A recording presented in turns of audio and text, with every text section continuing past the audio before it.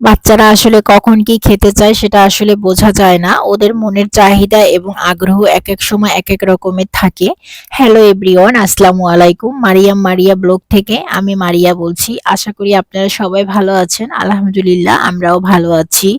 বাবু আসলে অনেকদিন থেকেই বলছিল পোলাও এবং হচ্ছে গিয়ে মাংস খাবে।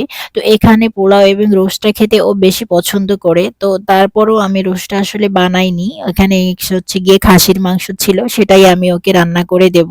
তো এখানে হচ্ছে গিয়ে আমি পোলাওটা বানিয়েছি। এটা একটা সাদা পোলাও ছিল, নরমাল পোলাও। এটা অ্যাজ ইউজুয়াল সবাই রান্না করতে পারেন। এখানে আমি গুঁড়ো দুধ, চিনি, লবণ এবং একটু ঘি মিক্স করে দেব। কারণ হচ্ছে গিয়ে তাহলে স্মেলটা ভালো আসবে এবং চিনিটা দেওয়ার কারণে হবে কি যে পোলাওটা ঝরঝরা হবে, এখানে লেগে যাওয়ার কোনো সম্ভাবনা থাকবে না।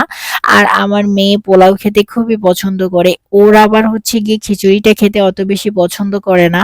আসলে যার যেটা রুচি, আসলে বাচ্চাদের রুচির সাথে তাল মিলিয়ে চলতে হয়। কারণ ওদের পছন্দ মতো ছাড়া আসলে বাসাতে আসলে ওইভাবে কোনো কিছু হয়ও না বা করাও হয় না। কারণ বাচ্চাদের জন্যই তো সব। তো এই যে বাবু আসলে পোলাও খেতে পছন্দ করে, তাই আসলে ওর জন্য বেশিরভাগ ক্ষেত্রে পোলাওটাও রান্না করা হয়।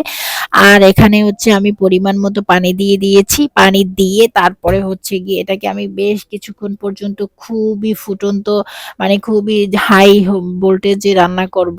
তারপরে হচ্ছে গিয়ে এটাকে আমি যখন এটা টকবক করে ফুটে আসবে, তারপরে হচ্ছে গিয়ে আমি ঢাকনা দিয়ে ঢেকে রেখে দেব।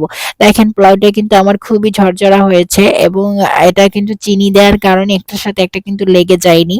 আর এখানে হচ্ছে গিয়ে খাসির মাংস নিয়েছিলাম। এই মাংসটা আমি ধুয়ে পরিষ্কার করে রেখেছি এবং এখানে আদা, রসুন, পেঁয়াজ, জিরা, যা কিছু মসলা দরকার এগুলো সব আমার একসাথে ব্লেন্ডার করা ছিল। এগুলো আমি একসাথে করে ব্লেন্ডার করেছি। যেহেতু আলাদা, আলাদা করিনি তাই সবগুলো একসাথে করে দিয়ে দিয়েছি। এবং এখানে হচ্ছে গিয়ে শুকনা মরিচের গুঁড়া এবং জিরে গুঁড়া, ধনিয়া গুঁড়া, হলুদের গুঁড়া এবং লবণ যা কিছু আছে এবং গোটা মসলা যেগুলো দেয়া দরকার, এলাচ, দারচিনি, তেজপাতা, এগুলো সবকিছু দিয়ে ভালোভাবে করে কষিয়ে নেব। এখানে একটু লবঙ্গ দিয়েছি, একটু ভালো মানে খাসির মাংসের একটা আলাদা স্মেল আসে। তো সেটা যাতে না আসে এই জন্য হচ্ছে গিয়ে আমি ওখানে কিছু লবঙ্গ দিয়েছি এবং এটাকে ভালোভাবে করে কষিয়ে নেব।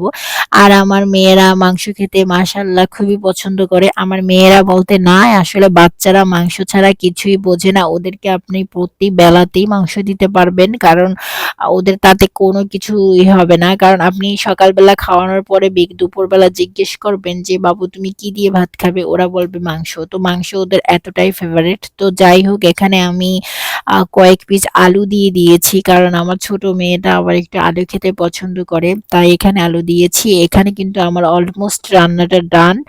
তো এই যে আমি আসলে সার্ভ করার জন্য তুলে নিচ্ছি। তো কেমন হয়েছে আমার ভিডিওটি অবশ্যই কমেন্ট করে জানাবেন। আল্লাহ হাফেজ।